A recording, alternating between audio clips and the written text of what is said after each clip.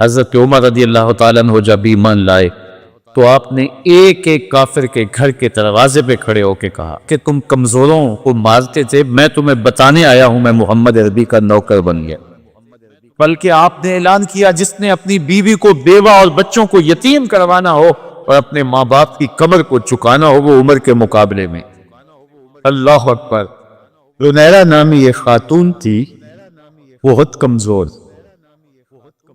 راوی کہتا ہے کہ اس کی ہڈیوں میں گودا نہیں تھا، عشق رسول تھا، اور خود کا ظالم آقا اس کو مارتا ہے، اور جب مار مار کے تھک جاتا ہے ادھر سے عمر آ رہے ہیں، یہ اسلام لانے کے پہلے کی کہانی، ادھر سے عمر آ رہے ہیں تو اس نے کہا عمر تم جوان آدمی ہو تو یہ چھوڑتی نہیں ہے اپنے نبی کا نام، ذرا تم آؤ۔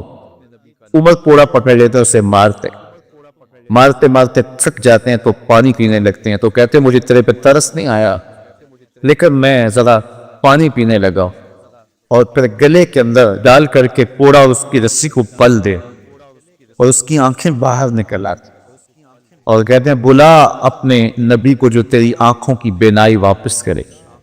اللہ اکبر۔ تو اس نے آسمان کی طرف منہ کر کے کہا مالک میں کبھی بھی آنکھوں کی بینائی نہ مانگتی لیکن اب تیرے نبی کی عزت کا سوال ہے۔ آنکھوں کی بینائی واپس ہو جاتی ہے۔ زنیرہ کو بڑا مارا، آج عمر کلیوں میں آنکھوں میں آنسو ہیں اور عجیب دل بےتاب ہے، اور کہتا ہے آؤ بھئی میں حضور کا غلام بن گیا ہوں، تمہیں بتانے آیا ہوں۔ زنیرہ نے موڑ کاٹا تو آگے عمر یہ آواز دے رہے کو، زنیرہ ایک کونے پہ کھڑے ہو کہ دھو کے کہتی عمر تم تو بڑے اس دن جوش و غضب میں تھے اور تم مارتے ہوئے تھکتے نہیں تھے۔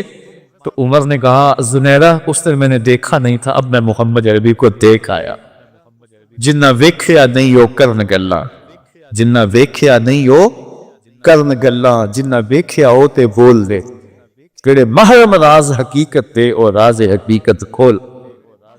تو حضرت عمر رضی اللہ تعالیٰ عنہ ایمان لائے۔ حضرت عبداللہ ابن مسعود رضی اللہ تعالیٰ عنہ فرماتے ہیں کہ حضرت عمر کا ایمان لانا مسلمانوں کے لیے عزت کا سبب تھا، ان کا ہجرت کرنا مسلمانوں کی نصرت تھی، اور ان کی خلافت مسلمانوں کے لیے رحمت۔ حضرت عمر رضی اللہ تعالی عنہ وہ ہیں کہ میرے حضور نے فرمایا لوگوں جب نیک لوگوں کا ذکر کرو تو میری عمر کا تذکرہ ضرور کیا کر۔ میرا عمر وہ ہے کہ جب وہ ایک سمت سے آ رہا ہو، ایک گلی اور بازار سے آ رہا ہو تو شیطان بھی آ رہا ہو، عمر کو دیکھ کے راستہ تبدیل کر دیتا۔ حضرت عمر رضی اللہ تعالی عنہ کی طبیعت کے اندر جو جاہ و جلال تھا، طبیعت کے اندر جو تپتی تھی، وہ اسلام کے اندر آ کر بھی قائم ہے، اور آپ نے وہی سختی، وہی جاہ و جلال جو پہلے مسلمانوں کے خلاف تھا، اب کفار کے خلاف، منافقین کے خلاف، حضرت عمر کی طبیعت کے اندر وہ جوش و خروش بدستور موجود ہے۔ لیکن جس دن آپ خلیفہ بنے تو اس دن آپ نے منبر پہ چڑھ کے جو خطبہ دیا اس میں کہا لوگوں میں سخت اس لیے تھا کہ رسول اللہ نرم تھے، پھر میں سخت اس لیے تھا کہ حضرت ابو بکر صدیق نرم تھے، اب میں تخت خلافت پر بیٹھا ہوں، اب میری سختی جو ہے وہ نرمی میں تبدیل، صرف فاسقوں، فاجروں اور باغیوں کے لیے میں سخت ہوں، باقی تمہارے لیے نرم۔ سب سے کم جو تنخواہ بیت المال سے اگر کسی وجود نے لی ہے تو وہ حضرت عمر رضی اللہ تعالیٰ عنہ صرف 2 جوڑے لیتے تھے سال، اور راوی کہتا ہے کہ میں نے دیکھا ہے کہ اس میں بھی 17 پیوند لگے ہوتے۔ حضرت عمر رضی اللہ تعالیٰ عنہ کا طرز زندگی، آپ کا انداز معاشرت اور آپ کا انداز خلافت، ہر لمحہ آپ کی زندگی کا اٹھا کے دیکھیے کتنی مرتبہ قرآن حضرت عمر کی رائے کے مطابق نازل۔ اللہ تعالیٰ جل شانہ نے ان کو صاحب الہام بنایا تھا۔ ہر امت میں کوئی صاحب الہام ہوتا ہے، حضور کی امت کا صاحب الہام حضرت عمر رضی اللہ تعالیٰ، اور آقا کریم نے انہیں اپنا وزیر قرار دیا۔ فرمایا میرے 2 وزیر آسمانوں میں ہیں، 2 وزیر زمینوں میں ہیں، آسمانوں کے وزیر جبرائیل اور میکائیل ہیں، اور زمین کے وزیر ابو بکر اور عمر رضی اللہ تعالی عنہما۔ ایک دن حضرت عمر بیٹھ کے رو رہے تھے، کسی نے کہا حضرت رو کیوں رہے ہیں؟ فرمایا کہ میں اس لیے رو رہا ہوں کہ فلاں پل سے بکریاں گزری ہیں، تو پل کے اندر شکستگی تھی، ٹوٹا ہوا تھا پل درمیان میں، اس میں ایک بکری کی ٹانگ ٹوٹ گئی ہے۔ تو میں ڈرتا ہوں کہ میرا رب یہ نہ پوچھے کہ عمر تو نے پل صحیح تعبیر نہیں کروائے تھے کہ ایک بکری کی ٹانگ ہوئی ہے۔ یہ ہے حضرت عمر رضی اللہ تعالی عنہ۔ اللہ اکبر۔ تو اللہ تعالیٰ جل شانہ نے حضرت سیدنا عمر بن خطاب رضی اللہ تعالیٰ عنہ سے جو کام لیا، مختصر دور خلافت کے اندر 10 سال 6 ماہ 4 دن آپ نے خلافت فرمائی ہے، لیکن کہاں سے چلے اور یہاں مکران تک، بلوچستان کا حصہ ہے، یہاں تک آپ کے سلطنت کی حدود بسی، ادھر آرمینیا تک جا پہنچے، حمص فتح کیا، قادسیہ، یرموک۔ آپ ذرا دیکھیے کہ کہاں تک آپ کی فوجوں کے گھوڑے دوڑتے رہے، اور اللہ تعالیٰ جل شانہ نے ان کو جو توانائی، عدل و انصاف کی قوت عطا فرمائی۔ اللہ اکبر۔ جب زمین پہ عدل کیا ہو تو زمین بھی حکم مانتی ہے، اور حضرت عمر وہ تھے جن کا حکم ہوائیں بھی مانتی تھی، زمین بھی مانتی تھی، جن کا حکم جو ہے وہ آگ بھی تسلیم کرتی تھی اور دریا بھی ان کا حکم مانا کرتے تھے۔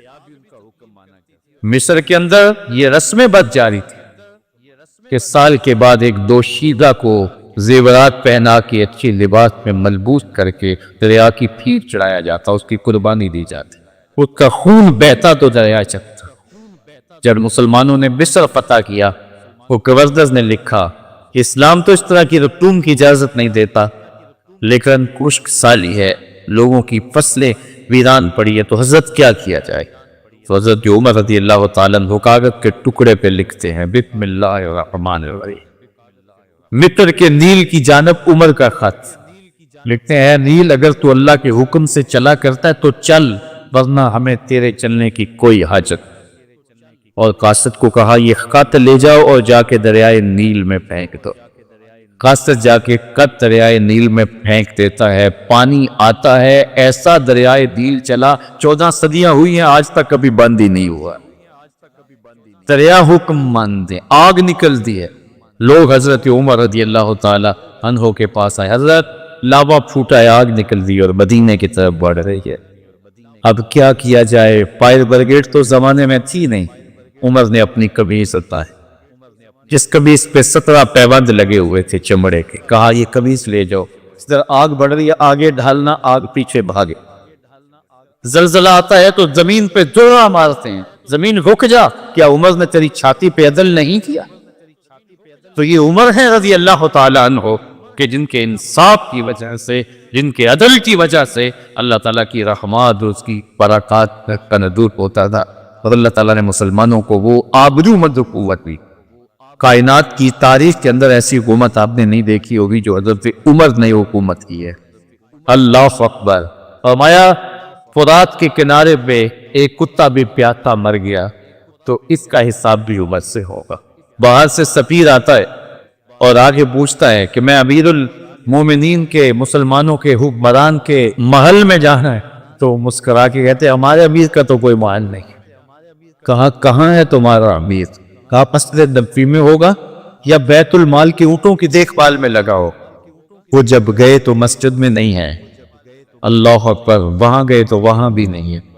پھر کیا دیکھتے ہیں کہ عمر رضی اللہ تعالی عنہ جنت البقیع کے پاس ایک درخت کے نیچے اینٹ کا سرانہ رکھ کے سوئے۔ اس نے کہا عمر تو نے عدل کیا ہے، تجھے کچی اینٹ پہ بھی نہیں نا، ہمارے حکمرانوں نے انصاف نہیں کیا، اور وہ بد اور محفوظ کمروں کے اندر بھی سکون اور چین کی نہیں سو سکتے۔ حضرت سیدنا عمر رضی اللہ تعالیٰ عنہ نے اس طرح ان امور سلطنت نبھائے۔ آپ جن کو لوگوں کی دیکھ بھالی کرتے، لوگوں کی ضروریات سنتے سمجھتے، اور جب رات پڑتی لوگ سو جاتے، عمر مدینے کی گلیوں میں پہرا دیتے۔ کائنات نے کوئی ایسا بھی حکمران دیکھا ہوگا؟ اللہ اکبر۔ وہ مجاہد جو مختلف محاذات پہ گئے ہوئے ہوتے، ان کے گھروں کی دیکھ بھال کرتے، ان کی ضروریات کا خیال کرتے، ان کی آبرو کا پہرا دیتے۔ راتوں کی تنہائیوں کے اندر حضرت عمر اٹھتے اور جا کے گشت کرتے، چکر لگاتے، دیکھتے کوئی آنکھ پر نم نہ ہو، مفلتی کا کسی گھر میں ماتم نہ ہو۔ محترم ناظرین، اسی طرح کی ویڈیوز کے لیے چینل سبسکرائب کر دیں۔ شکریہ۔